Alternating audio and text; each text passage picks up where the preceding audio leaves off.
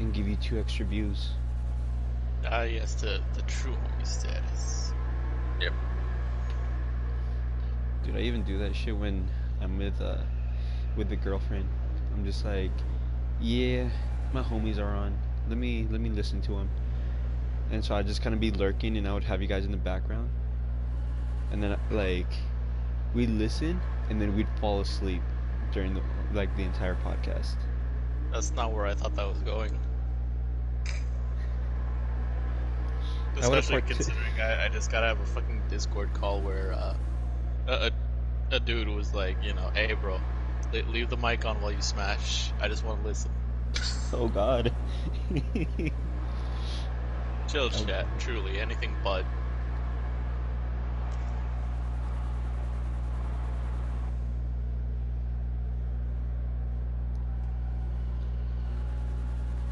There was a time where I was watching some dudes play, I think, Rainbow Six.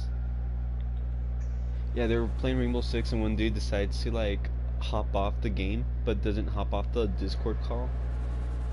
And in the background, you can actually hear like a female voice like talking, and all these dudes were just like, "Oh no, we're still streaming, and we can hear this dude on our Discord call." And they're trying so hard to let him know, like, hey, homie, we can hear you.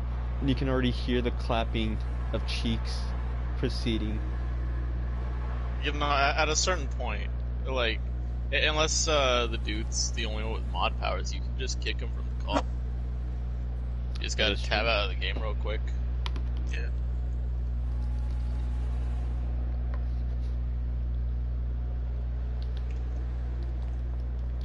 That is true.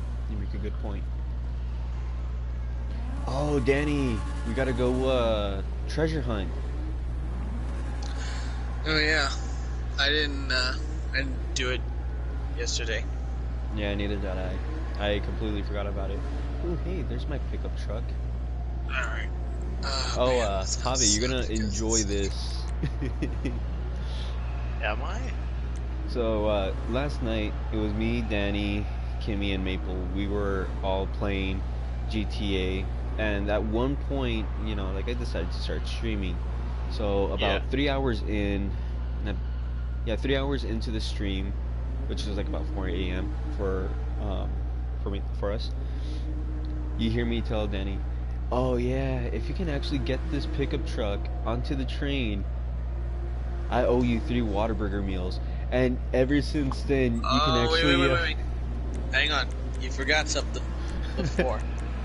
It was either you or Kimmy who had the idea of, hey, let's do some stunts in the game. So that's what we were doing. We were like, just, you know, jumping over shit, jumping off of mountains. We were doing all this other crazy shit. And you guys ended up on the train. So I was like, I'm going to try to jump on the train, see if I can do it. And after a few attempts in Kiko's truck, it started getting smashed. And then, Kiko, go ahead. Oh, so I went ahead, and the first thing I told Danny was, if you can manage to get the busted up Sand King XL onto this train platform, onto the train car. Onto the train car. Inside, like, those flatbed cars? Yeah. So I told him if if he can get the pickup truck onto the train car, that I will buy him Whataburger. Like, I owe him 3 meals of Whataburger. And as soon as I said that, Danny was like, "All right, I'm determined." Accepted. And I shit you not, dude, it took about 40 minutes around that time frame, and a very, very busted up pickup truck. And I mean, the entire front was smashed in where you can see the engine popping out. The flatbed was crushed. Well, not like crushed all the way, but like crushed enough. And then what else? It was essentially, the sides were like smashed in, so it was essentially driving like a smashed in like soda can driving. The wheels were all angled, all fucked up, so I couldn't turn in this thing.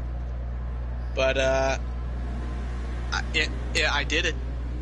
I freaking did it. My man got the turn. I got it in. It did take a while.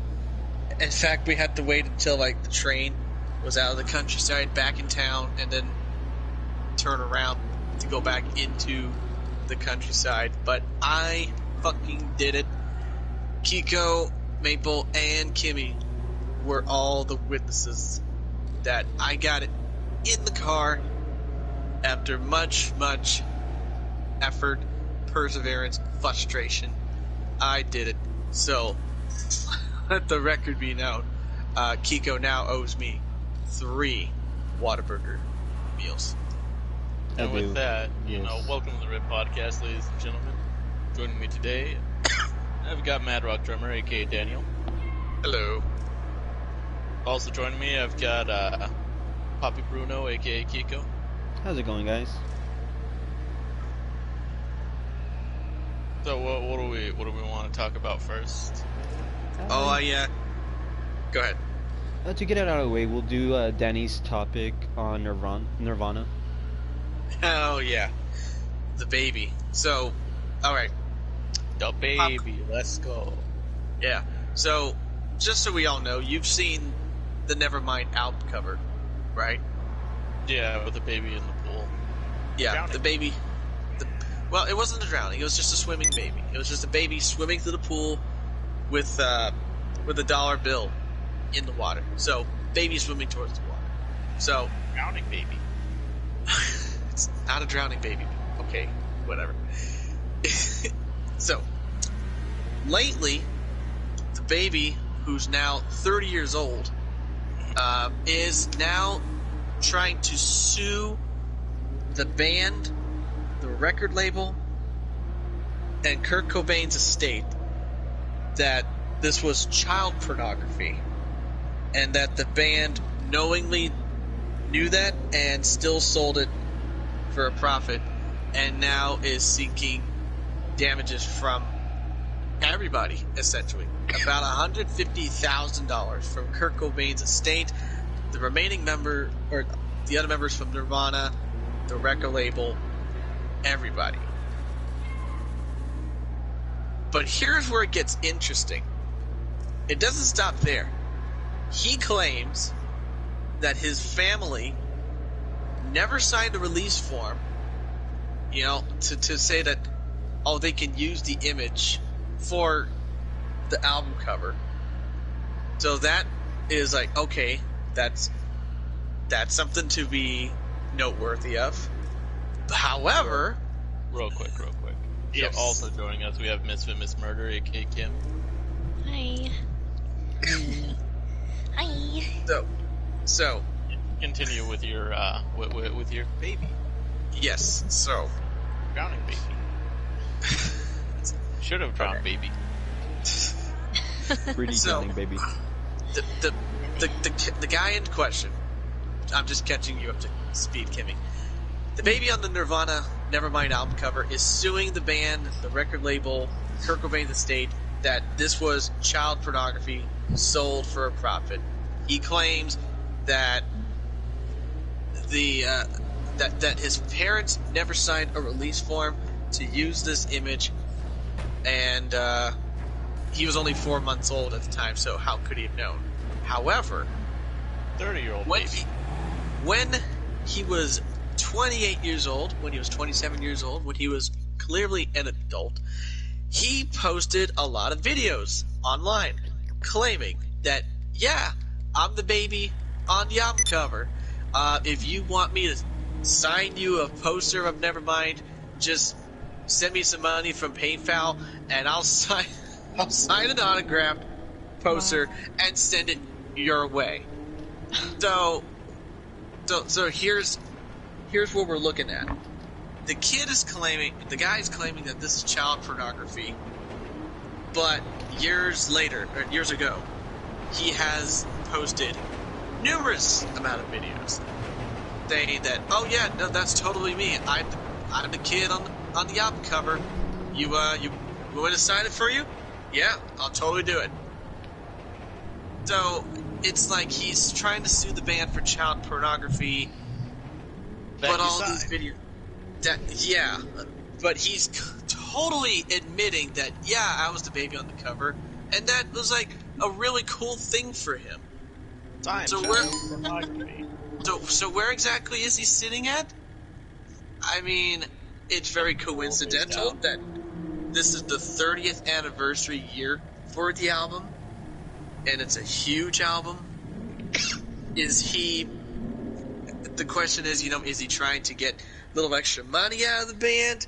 Does he actually want to say, oh, hey, my parents actually never really signed anything saying that this was okay?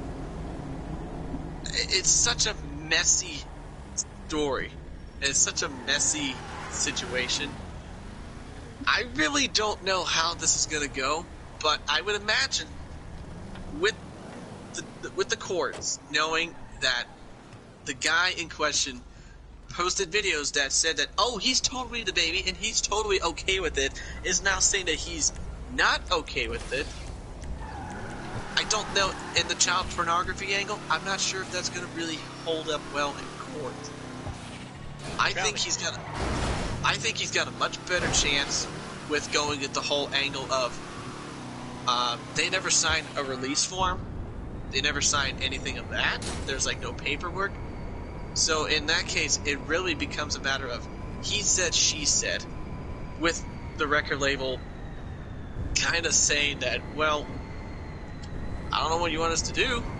I mean, if the record label is good at their, fucking job, and the parents did sign a release form, right? They'll have that on record.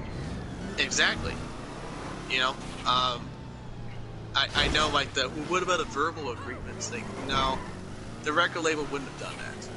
The record label would have most likely have it in writing, have it written down, saying that, it's like, well, you actually did give us permission to use this photo. Like, it's a thing where, record labels always have shit in writing. Yeah. Just in case, I mean, think of how often it's been like, oh, release this singer, songwriter, from their fucking record label. Let them release their own music. Exactly. And I'm like, I'm sorry, honey, but you signed on the dotted line. Exactly. You sold your soul to the devil. The devil gets his due.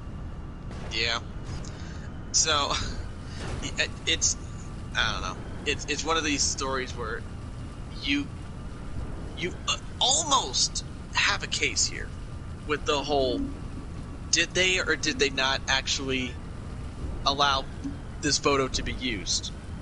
And if that actually did happen, I think he's got a much stronger case with that angle rather than the whole, oh, this is child pornography angle. It's like, I don't know. I don't think so. I don't think that's going to really... I don't think that's going to hold up in court. It's certainly an argument that hasn't been holding up very well on Twitter. Because I actually heard about this. Yeah. Because people were fucking clowning on him. Oh, yeah. Well, I mean, they definitely would. Especially because this is the guy who years ago said, oh, yeah, I'm the baby. Yeah, I totally did it. And he even recreated that shot for like the 25th anniversary. Pictures of him with the album, Yeah. posing in front of a pool. Yeah. Like so drowning baby. So he was totally okay with it and totally owning up to like, oh yeah, no, that's totally me. That is absolutely me. And how many times do you think he's used that line to hook up with chicks? No. I guarantee fucking to you, he's done it. You know what? I want to hear that fucking line. Hey, you look really familiar. Have I seen you before? Yeah, I was actually, I was on an album cover. Oh, really? Which one it was? You got a pool? Yeah. You got a dollar bill? Yeah. Well, then I'll show you. Like, oh my god, you're the baby on the Nirvana album cover. Oh my god. Hey girl, I swear, it's only 4. So, I want to go ahead and add on to it. So you know how the guy was like, "Oh yeah, it's child pornography." The one thing he kept on saying was, "Oh man, I don't feel comfortable knowing that people saw my baby penis.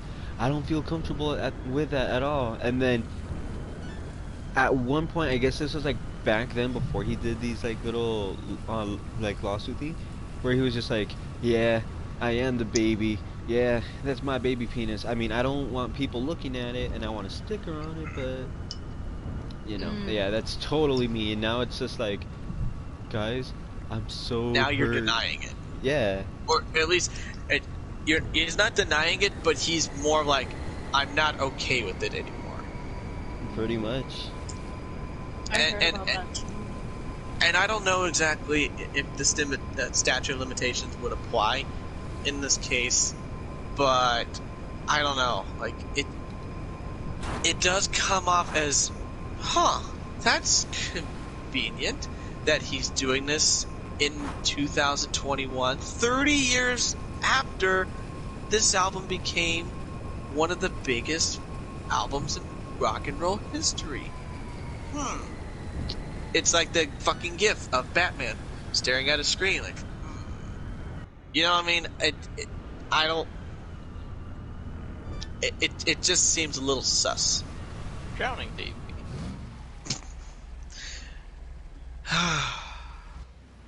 So yeah, that's the whole story, and we'll just see what happens. We'll see what happens here, but I don't see it really holding up in court, to be honest. Yeah, sorry, I was gonna say, and ever since then, there's been like, media outlets that report on like, on music news that have been doing all these jokes where it's like, oh yeah, the kid from Alice in Chains, Jar of Flies. Jar of Flies. Yeah. Like they're doing now all these has little a phobia jokes. of insects. So this whole lawsuit with Nirvana Baby Dude has has started up like an entire meme war, like to the point where I just looked into the group chat that me, Kimmy, and Dan have, and she posted up one where it's like the Van Halen baby sues Nirvana Baby for being a pussy, and it's like, oh, okay, the memes are getting very violent now. I'm loving this. It's the only way that things are gonna go. Well, I was gonna say, speaking of lawsuits, Kiko, you have an update for us on Scarlett Johansson? Oh yeah, so everybody's familiar with like Scarlett Johansson being pissed off that Black Widow was on Disney Plus same day as this the cinematic release, right? Right. So from what I read, I didn't get to read the article in full, but I got the gist of it, which was Disney said, "Hey, yeah, since you sued us for this, you're no longer welcome to work with any Disney-related Projects. Yeah, anything that has to do with Disney, she's no longer welcome unless, you know, for some reason, you know, her lawyers decide to pull something out of their ass to say, hey, yeah, you know, we can hop on, like, make a deal, because if I remember correctly, Emma Stone, who appeared in the Cruella movie, she got a new contract that actually benefits her. That way there was no repeat of the whole, like, lawsuit that Scarlett Johansson is doing, so. So her lawyers actually kind of said, okay, we know that the pandemic happened, we know that theatrical releases weren't exactly a thing, so we decided to come up with a new contract to prevent that, and to prevent Emma Stone from missing out on extra payment for the work that she did. I was gonna say, I'm not gonna say in defense of Scarlett Johansson, because remember, this was filmed back in 2019, if I remember right. Yes, and it was pushed back due to the whole pandemic ordeal, which happened in 2020. So I mean, there is a way to have seen the pandemic coming. We're not gonna go into that.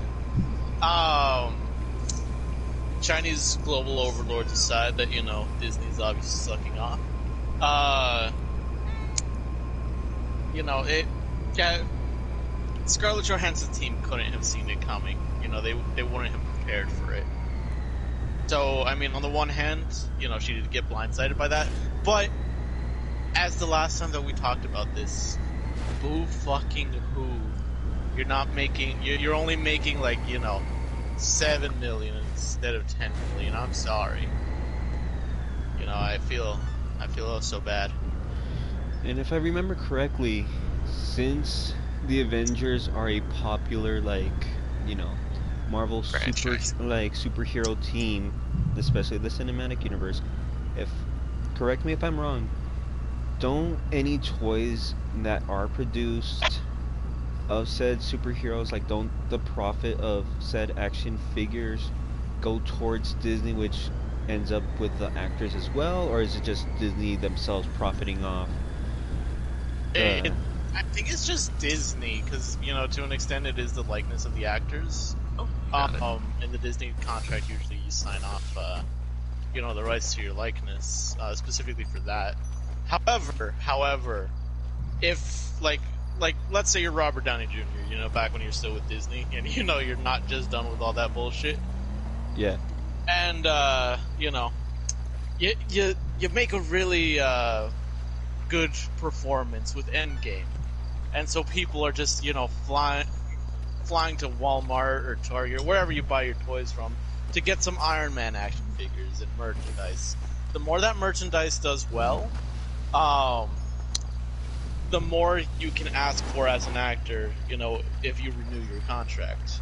And it just looks better in general, you know, when you're trying out for new parts. So, like, Robert Downey Jr., as far as I know, he was A-okay with how his contract ended. He has no intention to return to Disney. So, if it was him, he'd be like, yeah, I'm not allowed to return to Disney? Alright, that's fine. Fuck off anyways. Yeah. But, you know, with Scarlett Johansson, I mean, you know, that was 2019. At this point, I think she's probably filmed other movies and shit. You would think that she's like, alright, it's fine, I don't want to go back to Disney anyways. Who needs the mouse's dollars? But you never know. You never know. Oh yeah, absolutely. And I mean, there's other companies that, like, she can work with as well to make, like, to do newer projects that doesn't have to involve a superhero team based on a comic book series created by the long-lasting legend himself, Stan Lee, and other people who helped out, whose names I do not know, but Jack Kirby. Yeah. Jack Kirby was DC, but I know what you mean. Really? Well, Yeah, Jack. No. Jack Kirby was DC and Stan Lee was Marvel, so they were, like, making comics to compete with each other. But overall, they had a huge amount of respect and love and compassion for one another. So, yes, they were competitors, but they weren't. No, Jack Kirby was a part of Marvel. He left in 1978. Oh, and so hang on. Do you want to know why I knew that Jack Kirby was a part of Marvel? I'm curious. Why? Because of the fucking epic rap battles of history. What do you call it? Oh, Stan I Lee saw that one. Yeah. And one of the lines was, you know, oh, you're busy profiting off of Jack Kirby comic books, and I'm like, damn, shit, didn't know. Huh. All right. This is interesting. Kiko. Yeah. This is also interesting, Kiko. We have the shipwreck here, but we have no, like, chest here. And the game's not even telling us that we can get another fucking shipwreck, so... There is another note I'd like to point out about the whole Scarlett Johansson thing. Well, you know, she's probably not going to be hurting without Disney's, you know, fucking money. Mm-hmm. The whole lawsuit thing, it's gonna make other, you know, companies reconsider signing her up if it's like a long-term contract. They're like, man, she might get up and bitch sue us later. So they're not officially blacklisting her, but you know, They're definitely being careful.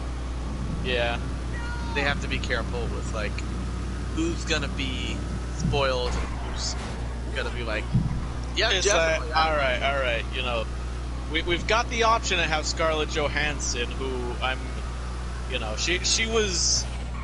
Who was she? She was Black Widow? Alright, she did pretty good in that. Who else was she? Oh, she was also in Ghost in the Shell? Ooh, I don't know. That didn't do too well. And then at the end with Black Widow, she sued. Alright, I don't know about Scarlett Johansson. Let's find someone else. Well, the good thing is that Scarlett Johansson's character, Black Widow, is basically killed off in the Avengers series anyway. Look, I'm just saying, you know, with Black Widow, it could have been a better movie.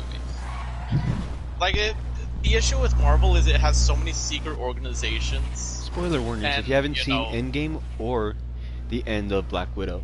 Yes, Black Widow. I'm gonna be honest, a lot of Phase 4's writing has kind of sucked. I could spoil everything for you. It just really doesn't matter.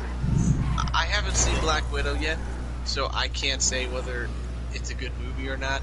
It goes into the Red Room that, you know, they hint at the entire fucking time. Like, that's what I'll tell you. But okay. Oh yeah, the Red Room, the Red Room, the Red Room.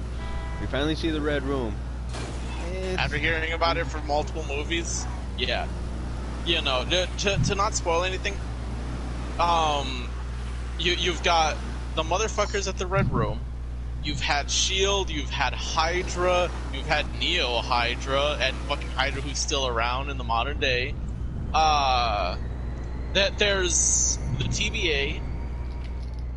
Like, there's so many organizations that secretly run the world. It's like, okay, you know, where's the hierarchy? Because obviously the TVA is above everyone.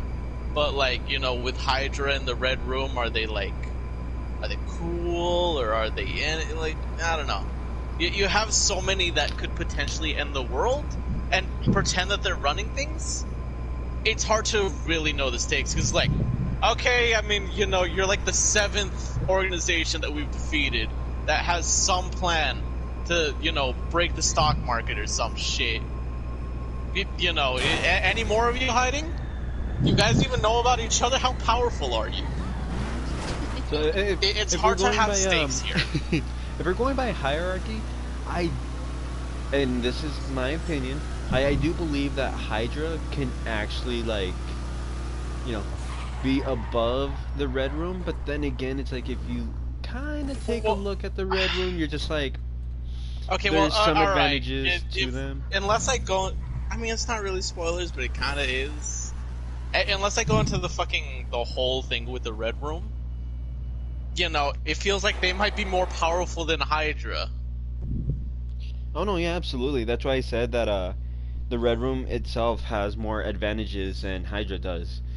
But in my personal opinion, if you know, Hydra was successful in most of their plans, then, you know, I'm not gonna say they would make the Red Room look bad. It's more like they'd still hold some power over Hydra, because Hydra was very much a not well known, but they were an existing organization that participated in World War II rather openly. Like, they were supplying weapons at the very least to the Nazis. Meanwhile, the Red Room wasn't known about by anyone except for the Black Widows. You got a good point. I mean, while Hydra did have, you know, their super soldiers, their winter soldiers, they weren't exactly the infiltrating type. They were strictly assassins. Meanwhile, you know, the Black Widows, they're meant for information, infiltration, you know, interrogation. Like, they serve a whole bunch of purposes. Winter soldiers are just killers.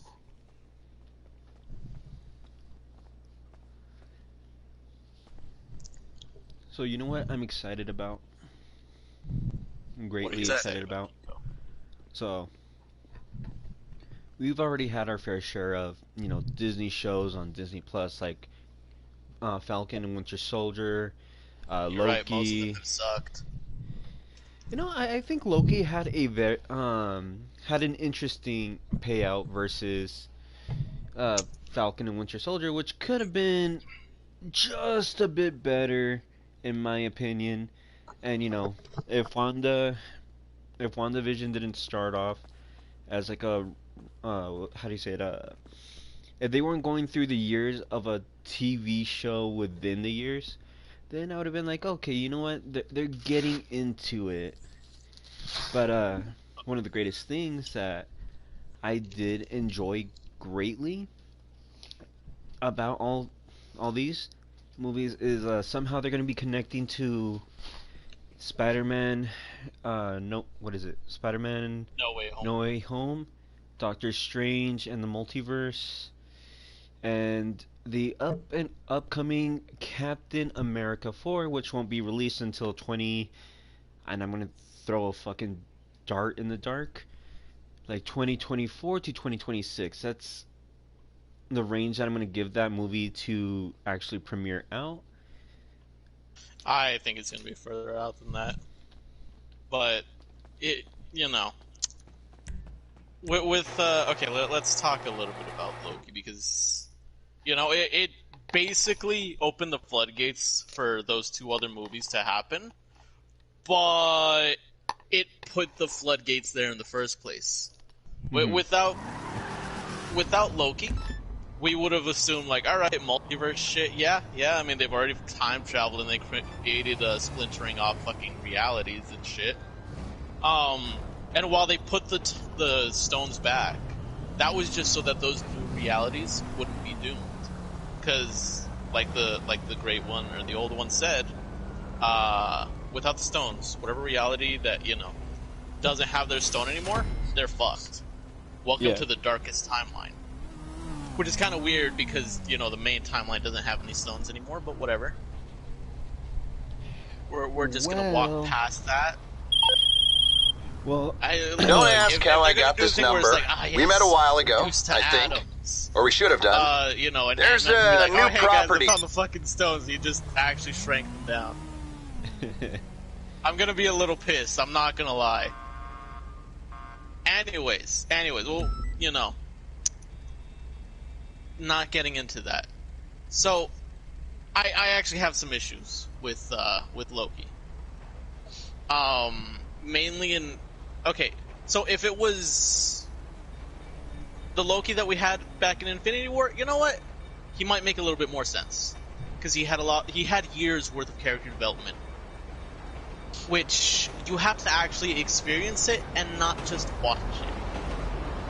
Like, if you just beam it into someone's head, it's not gonna be the same thing. It's not like you have the experience. You don't have the scars and shit. You haven't felt everything. Meanwhile, the Loki that we had in Endgame, that's right after the first Avengers movie. The same movie where he actually, took Black Widow, a character who's strong in every interrogation scenario, who's always confident and sure of her surroundings and herself. He shook her confidence and actually made her... Which, within that same turn, she turned the tables on him. But both of them had their damage done. Yeah. And you're telling me that, you take him, and you turn him into a bumbling buffoon who doesn't think, like, yes, let me, the moment some issue turns up, let me just make a quick clone of myself. Like, we see him do it, even leading up to the events of Endgame. He's always the god of mischief, the god of trickery. But with the TVA, nah, he's fucked. He's retarded, apparently. I mean, even taking the Tesseract, that's very low-key, but... I don't know. They basically turned him into an anime protagonist. And not even the fun kind. It's more the sad, oh man, I can't believe this is my life kind. Yeah. It's very much the, like, yes, welcome, you have been made into comic relief. Which, I mean, you can do that to Loki, but he's got so many other layers to him. Yeah. But anyways, let's talk about the only thing that I've been excited about, Marvel. Maybe I'll watch that. depends on how much kung fu they do and how much fantasy they do. Oh, are we talking about Shang-Chi? Oh, that no. looks... Damn, I was gonna say, oh, that looks really good. Cause I saw some trailers. I'm curious about it. I saw the Matt Pat fucking game theory or film theory. So I mean, we'll see. We'll see. Have you seen the screen? What is it? The Screen Crush, where they show like all the, like all the Easter eggs that are happening within the trailers and all that good stuff. So one of the things that Screen Crush just showed up was how we get to see Wong, the magical wizard dude from Doctor Strange, getting into a fight with Abominable from, guess what? The very first fucking Hulk movie, which... Second Hulk movie. Second Hulk movie, sorry. Which, from what they said was, he looks more like his comic book version than he did in the movie. Which, they did a side-by-side, and it was just like, huh, you know what? They're actually going more with the movie. That's fucking interesting. That's pretty dope. And then, what's it called? And then somehow that, like, this movie was gonna be was gonna actually help push into the Eternals movie, which is, that movie's gonna be very interesting, especially the fact that they had, I think, Angelina Jolie directed. Excuse me? Yes, sir. You know what? Let me go ahead and look up the information before I continue on. That way. While you look up the information, hey, Far From Home or No Way Home is a thing. I'm excited. They teased a lot of things. We might get to see Willem Dafoe in it. They brought back Dr. Octopus, and they made him look really young. I don't know how I feel about that one. The one thing that, I'm hoping they do, outside of having Tobey Maguire and fucking Andrew Garfield, because there's gonna be a moment, if they do, where, Andrew and, fucking Tom Holland are like, okay, quick check, guys, who's low on web fluid? And Tobey Maguire just be like, low on what? Excuse me? You guys just don't make this shit? You don't produce the fucking shit naturally? Crazy. So it's not Angelina Jolie that's directing it. It's someone by the name of Chloe something. I already forgot the name. But you have it in front of you, don't you? Oh, Chloe Zhao. Chloe Zhao. I'm gonna say Zhao. All right, I have no idea who the fuck. Yeah, neither do I. And so yeah, Angelina Jolie is gonna be like one of the leading characters in Eternals, and somehow it's also gonna take place after Endgame. Well, because I think it kind of has to. And somehow it's gonna, in a sense, hey, I can connect with the multiverse, because they're like, oh yeah, Thanos, Avengers took care of him. Oh no, but Galactus. We have Galactus, we have King, we have all these other Titans, we have all these other all these other people that are way worse than Thanos. And I feel like the multiverse thing that just happened is the one that's going to be pushing the Eternals to take action, as we see in the trailer, and possibly hint to a new Avengers team, which is going to involve, like the whole cast of, what was it? That's going to involve Hawkeye's daughter, who's going to be the next Hawkeye once, that show comes out on Disney Plus. Really? I'm tired of Disney Plus already. All the shows on it have sucked. I think the only thing that was, decent was Mandalorian. And that was basically just side quest of the show.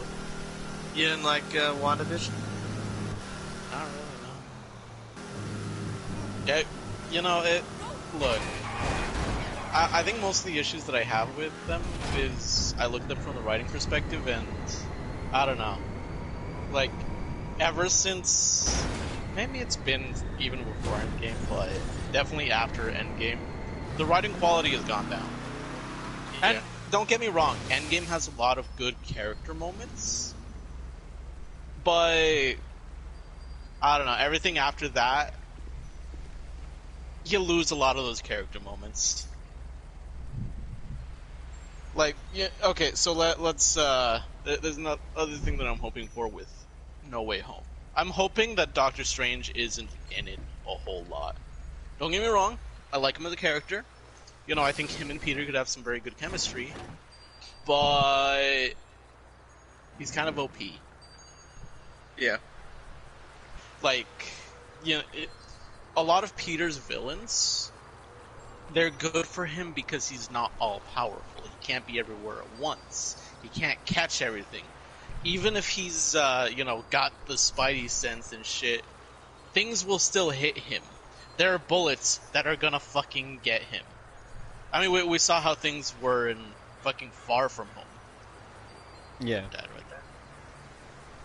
Now, had fucking Doctor Strange been there, shit, you probably would have had some magic to see through the illusions, probably have some magic to fucking bend the pipes and take over the drones or some shit. There's magic for everything. It's all just kind of limited by your imagination and your knowledge of spells. So, if we, like, put him against Dr. Octopus, alright, just grab the fucking claws and toss him into the sun or some shit. Green Goblin, grab his glider out of the air and he falls to the ground and bam, he's just a dude, you know, with a little bit of super soldier serum. You just float out of his, you know, general premises. Who else? Electro? Shit, dealing with an elemental? Doctor Strange probably knows all the elements and shit.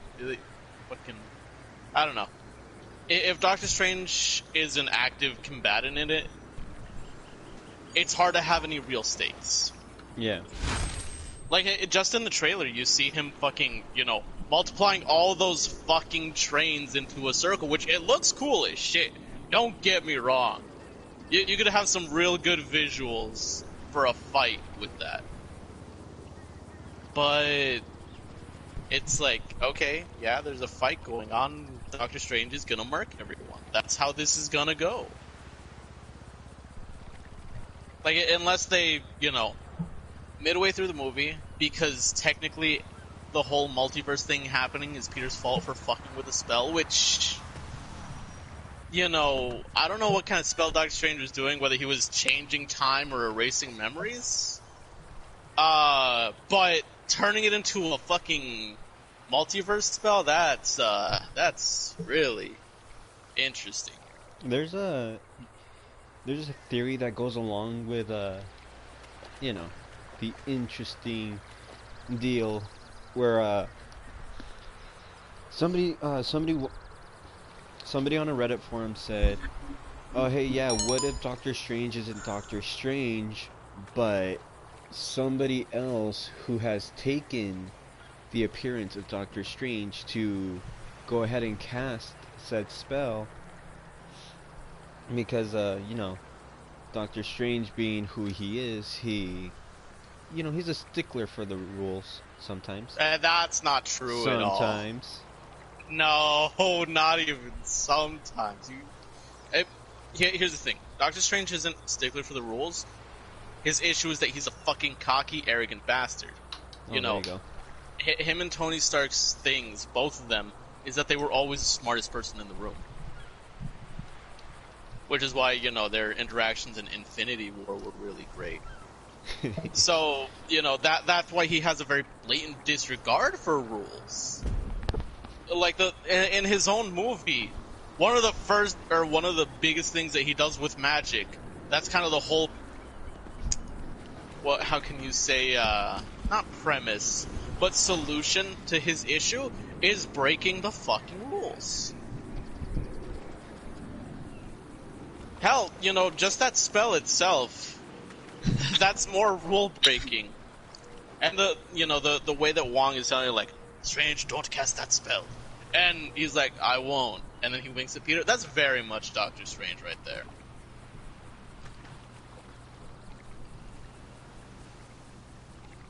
So I think it's Doctor Strange. You know, if they're gonna do something with him, it's gonna be like, all right, Peter, you got us into this mess. I'm gonna prepare the spell to send everyone back to where they're supposed to be, but you need to make a decision here, because like all of Spider-Man's movies in Marvel, and even in the Sam Raimi ones, have been like, all right, you have to come to terms with your identities. The identity of Peter and the identity of Spider-Man, and it's always one that gets in the way of the other. In the first one, for Tom Holland, Spider-Man was getting in the way of him being Peter, and he was letting it take over his life. In the second one, or rather, Peter was getting in the way of him being Spider-Man. He was too eager to be Spider-Man. Second one, after Endgame, you know, Far From Home, he's too eager to be Peter that he starts neglecting Spider-Man. And in this one, it's him. He's gonna have to come to terms with both identities, which, you know, that makes sense for his character, and it would make sense, you know, if Doctor Strange, who in the fucking trailer he says like, oh, you know, your two conflicting identities are what caused this, and then it shows a clip of fucking Doctor Strange smacking Spider-Man or Peter's soul out of his body. Which was great, by the way, because it's like, hey, you're Spider-Man right now, but bitch slap, Peter out. I don't know. I feel like they use that a little bit too often. Like it was cool the first time. It was okay the second time. You know, with Hulk. At a certain point, you use it sparingly. You know, when the white, what is it? What's the name of the one that taught Strange to like? The ancient one. There we go. I was calling it the old one earlier. I was gonna say the bald one. When the ancient one did it to fucking to Doctor Strange at the beginning of that movie, it's like, holy shit, that was cool as hell. And you know, there was a whole bunch of other shit associated with it, where he's like, what the fuck was in that tea? It's a good scene. And what's even great, in my opinion, is when the Ancient One used it with Hulk, it was more like, hey, yeah, even though I can use my powers while you're still in your physical state, I'm going to go ahead and use it in your, spiritual state. That way it can make a lot more sense, even though you're a fucking scientist. And the greatest thing to actually go ahead and see, and the greatest explanation, which is also simple as hell. Fuck, I completely forgot where I was going with this. I lost my track of thought. Yeah, bro, you fucking, you know, I feel like you might have been going somewhere. It seemed a little off to me. Like, are you trying to say, like, okay, you know, Hulk smash, yes, but no longer just Hulk. Hulk and Banner. Hulk and Banner stronger together. Yes. Brain and Brawn.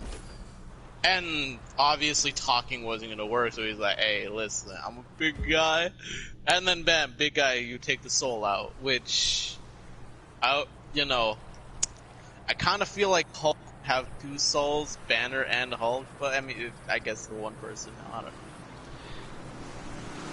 You know what's interesting is, there was a deleted scene showing, like, how Professor Hulk came to be. And it was pretty much. I kind of hate Professor Hulk. Not gonna lie. I mean, if we went with the comic style Professor Hulk, that would have been really fucking great. Cause we would have a little bit more action, along with more of a. Yes, Professor Hulk smart. Yes, Professor Hulk smash. Yes, Professor Hulk doing all the shit that Hulk and Banner does, but together.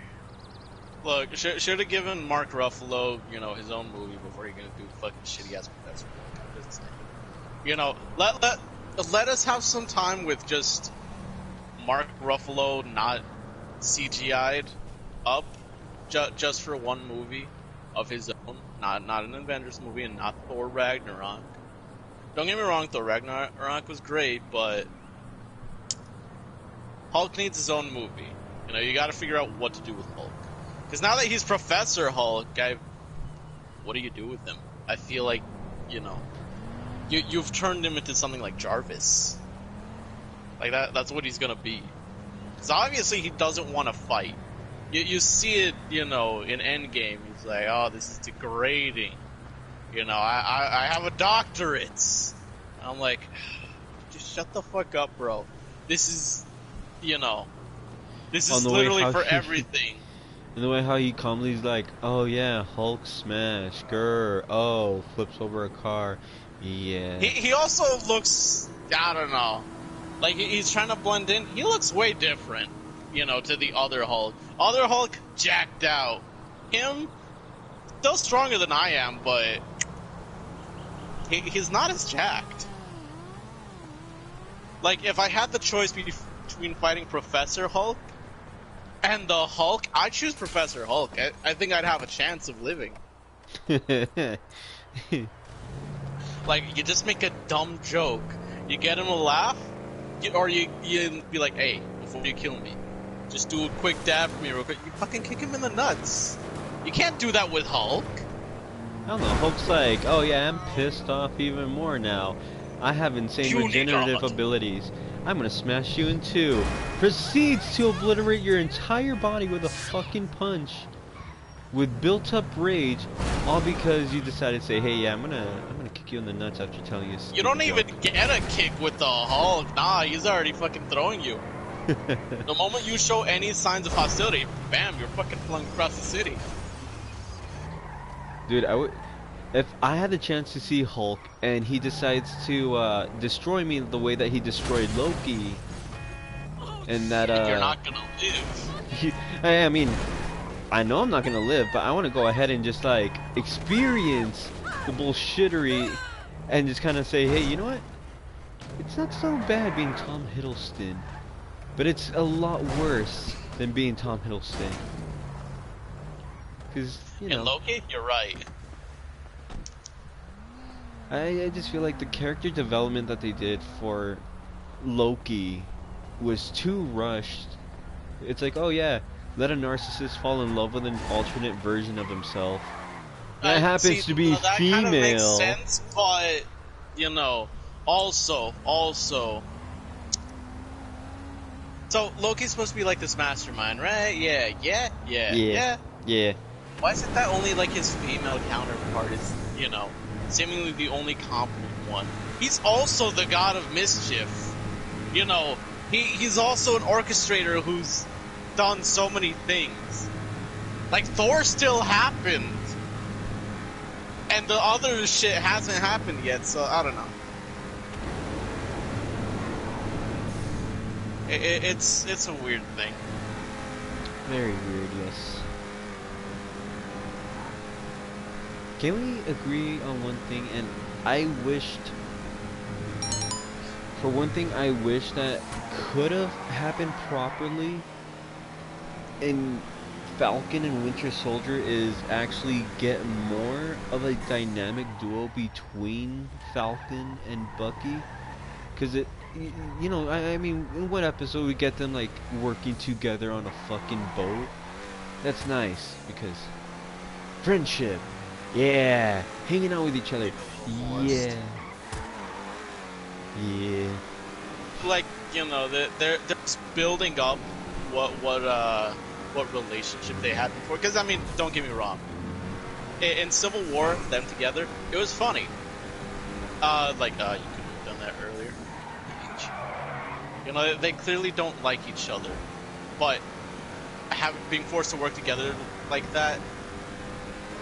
It's because Steve was driving. But they took Steve out of the equation. And without, you know, that little driving force, their motivation to work together just isn't as much there, and you can tell in the writing of the show. Like, their moments together, it's more of the, like, that really was fucking... And, you know, the writing in that fucking show is... It was certainly something. Don't get me wrong, they set up some interesting things that I think we're going to see later, but they had a lot to do. Also, I'd like to point out the other fucking dude who went through the super soldier program, the experimental one, the black guy. I think his name was Isaiah. Yeah. He's definitely fucking dead now. Now that fucking, you know, Sam has gone and revealed the fact that he's not only alive, but he's alive and well to the whole world. And gotten him that little and don't get me wrong, hey, you know, it's nice to be recognized, but, my man actually said, hey, they find out where I am, you go public with any of this, they're gonna fucking kill me. And he's probably right, you know, the government doesn't like their secrets being thrown out into the world like that. Well, I was gonna say, didn't what's his face tell Isaiah like, oh hey, yeah, don't worry, nobody knows that you're alive, but we do have the exhibit here showing what has happened to you. That way, you know, there's no hiding your history. It's like, you know, people can actually go ahead and say, oh shit, there was actually like an actual better Captain America than Captain America. But you know, he's, you know, he had a. I didn't see Isaiah in Endgame. I'm just saying. Look, man. But anyways, we all know that Chris Evans is. We all know that Chris Evans was wanted for two things: his ass and his dick. Nothing else, nothing more. And if we can't agree on that, then we have two different views of fucking a director. Are we fucking the director now? I'd rather not. You're not, but I'm saying, I mean, like, you know what? Nah, I haven't seen Angelina Jolie recently. Never mind. I was gonna say, I'm like, if she was the director, maybe. Anyways, memes aside, I was gonna say, I mean, Chris Evans is an actor. It was pretty good, and the writing direction they took him in with Captain America was also really good. And the fight choreography actually wasn't bad. So, I mean, he was just in general pretty good for the role. But, I don't know, man.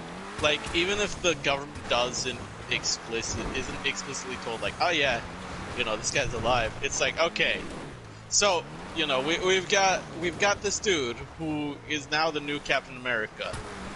How'd you find out all this stuff? This seems pretty well detailed for something that's probably off the records for anyone that we don't want looking around. How'd you find out? That seems like first-hand knowledge. You know, at a certain point, you just start tracking to see where Sam's been. It's like, so he was in this one black neighborhood quite a few times. Specifically this one house. Alright, let's go, Hey, Isaiah! You're alive! Not anymore. goodbye. Hello, goodbye. Hans, take out the super soldier. Basically. Like, I'm just saying, you know, Sam really wrote his obituary with that one. Real super there, fucking Falcon. Or, I'm sorry, Captain America. It took the dude also, another 6 episodes, which gave him about like maybe a week or so to go ahead and say, hey, yeah, you know what? Let me be Captain America my way. And apparently his way of being Captain America is with the shitty suit. Look, I'm gonna say it. I don't like the look of the suit. It's got too much white in it. Needs more balance. Especially, like, speaking from, because, like, let's take Captain America. You know, the original design, very impractical.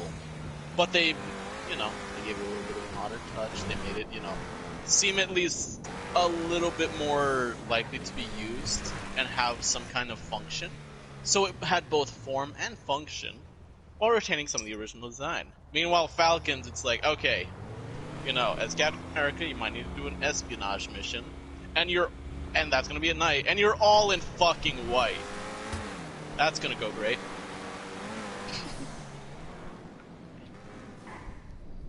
So I'm just saying, you know, I get the statement you're trying to make.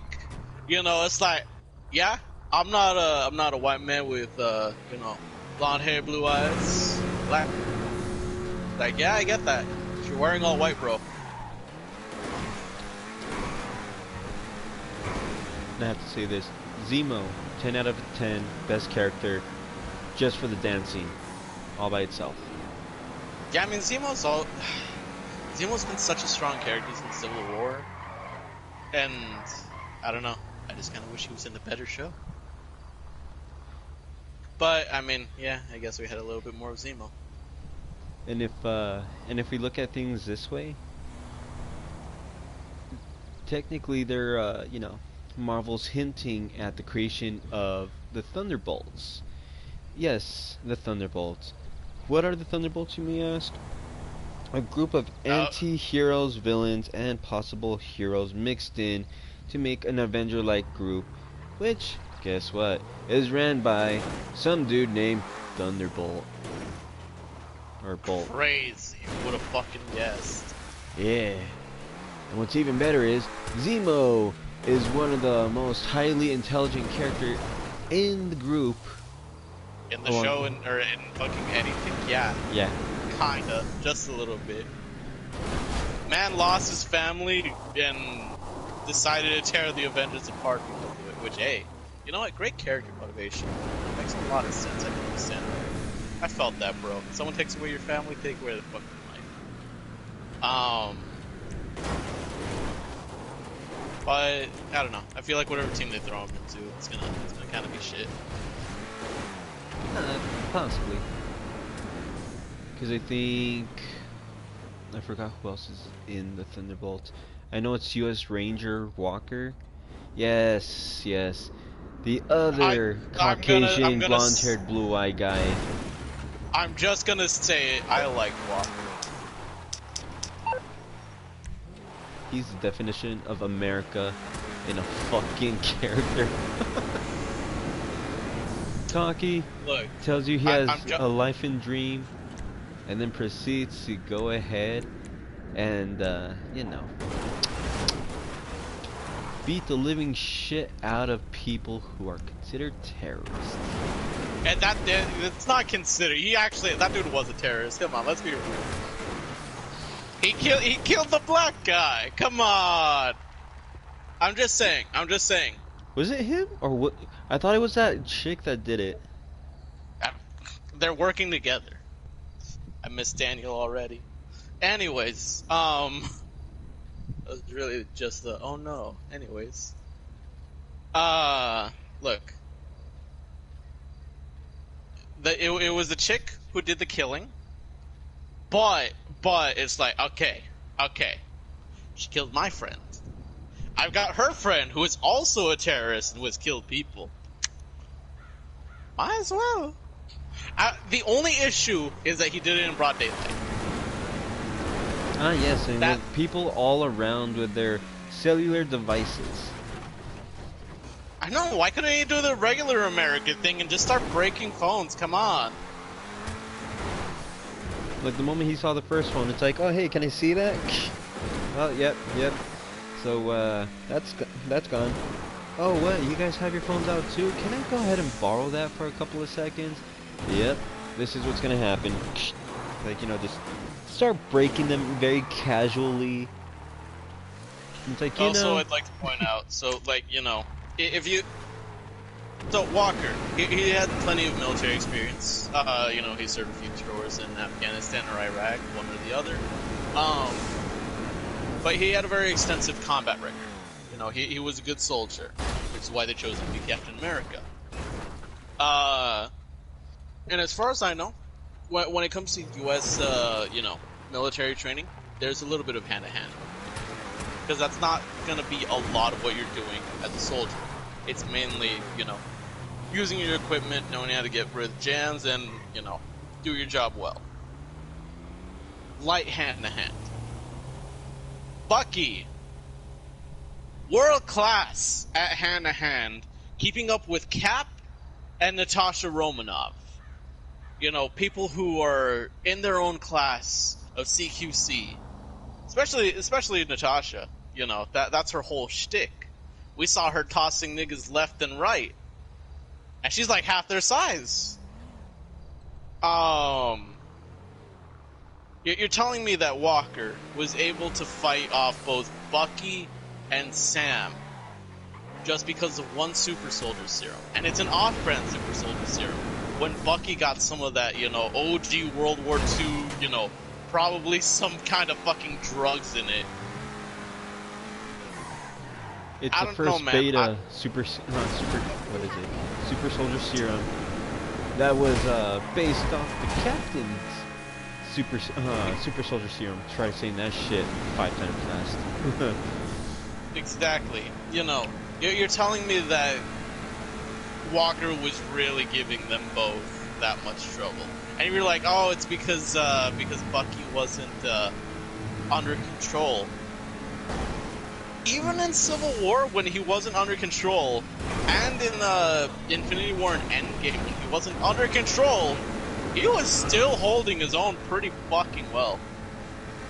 Fuck yeah.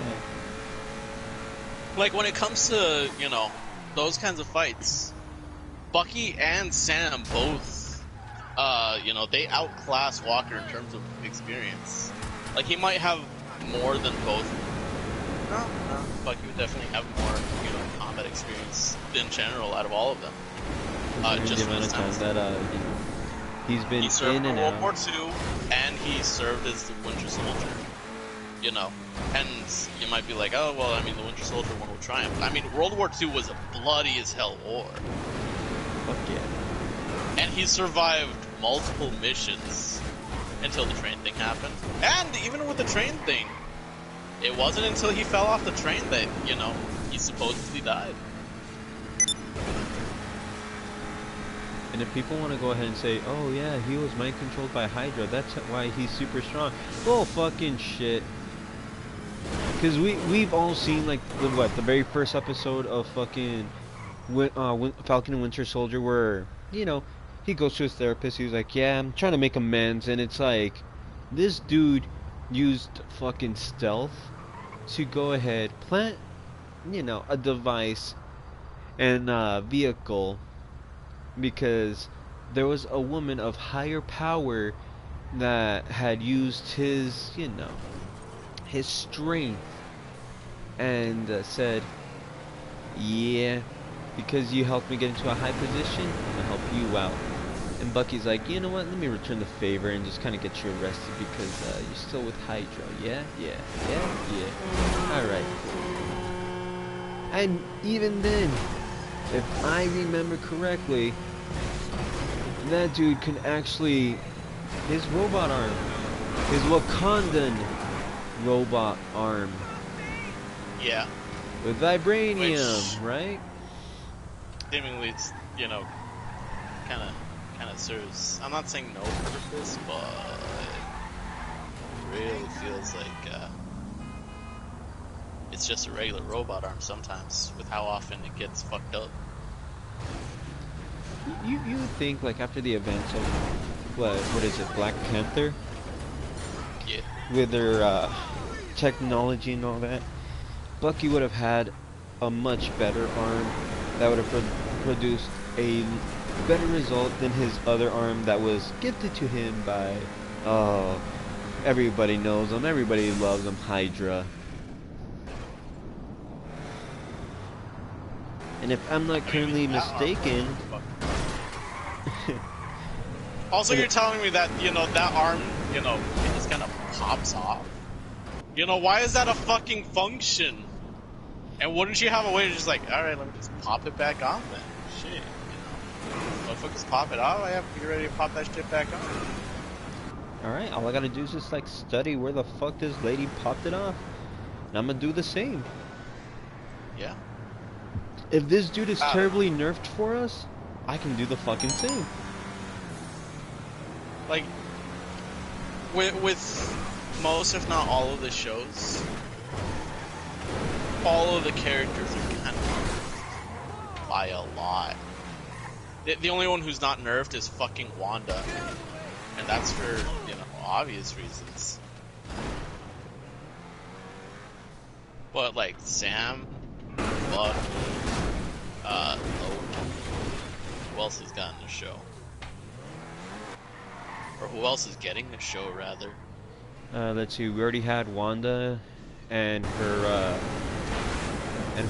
whole ordeal with Vision. Her Vision, not Vision. But we got them two. We got Falcon, Winter Soldier. We got fucking Loki. Next, we're gonna get Hawkeye. And we have the What If series. Hawkeye to get fucking. I'm not looking forward to the What If series, and isn't that airing right now, actually? Yeah, episode 3 just came out on Tuesday, and so far, I'm liking it.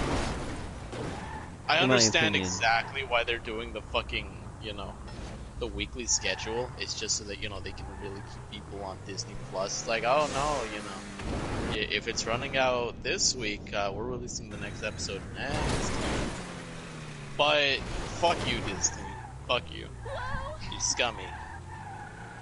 Pieces of shit. Absolutely horrible.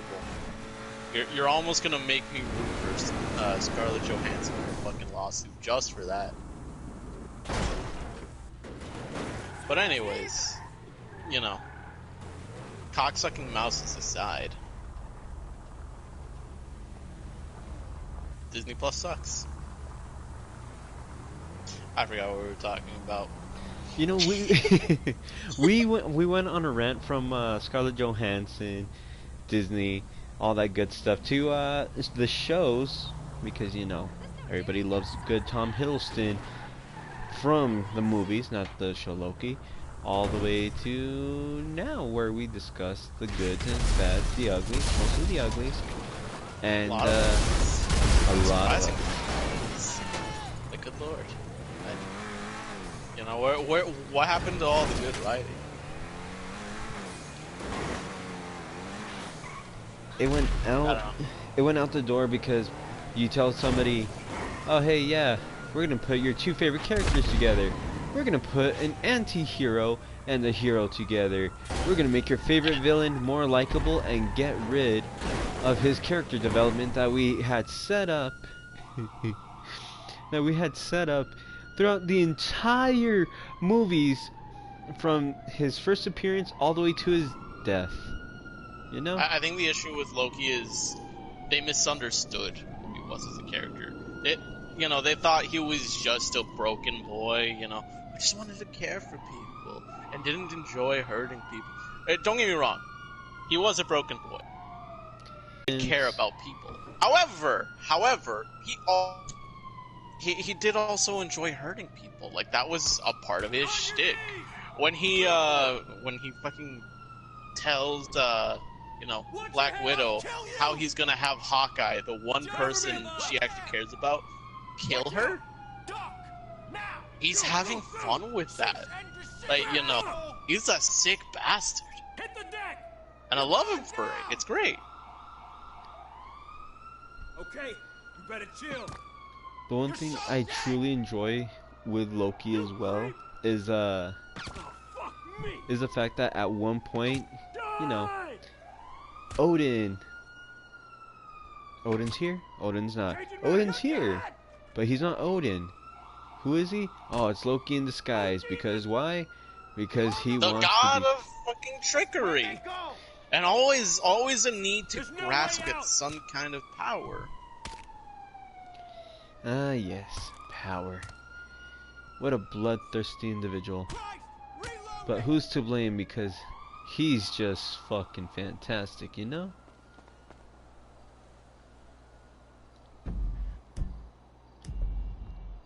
Anyways, that's all I've got for podcasts for now. Oh, I was gonna say, didn't you mention earlier about the connection between Fortnite, Martin Luther King, and something else? It was just those two. Oh god, yeah. I actually did forget about that. You know what? I remember what I was gonna go into. I was gonna talk about how fucking... Oh yeah, there was also the Falcon and Winter Soldier and civil rights and shit. And it's like, look, I get if you want to press and push that, and it's not a bad thing. But you should at least do the fucking writing better. Like, Sam in that show is very much the quintessential, like, hey, I'm just pointing out that there's a problem. I don't have a solution. So I'm about as useful as, you know, the next chuckle fuck. But you should fix things. I don't know how. I'm not going to tell you how to fix things, but you should fix things. Good luck. Great job, Falcon. But that reminded me, Fortnite. You know, obviously the one place that we go to for, you know, lessons on, you know, the social stigmas that black people might face, right? Right. Obviously, you know, we go on there for that. That's what people play Fortnite for. To learn about... Totally not for other reasons. Totally. So apparently Fortnite is doing this this event where it's called the Walk Through Time. And during this event, you can actually, you know, watch Martin Luther King's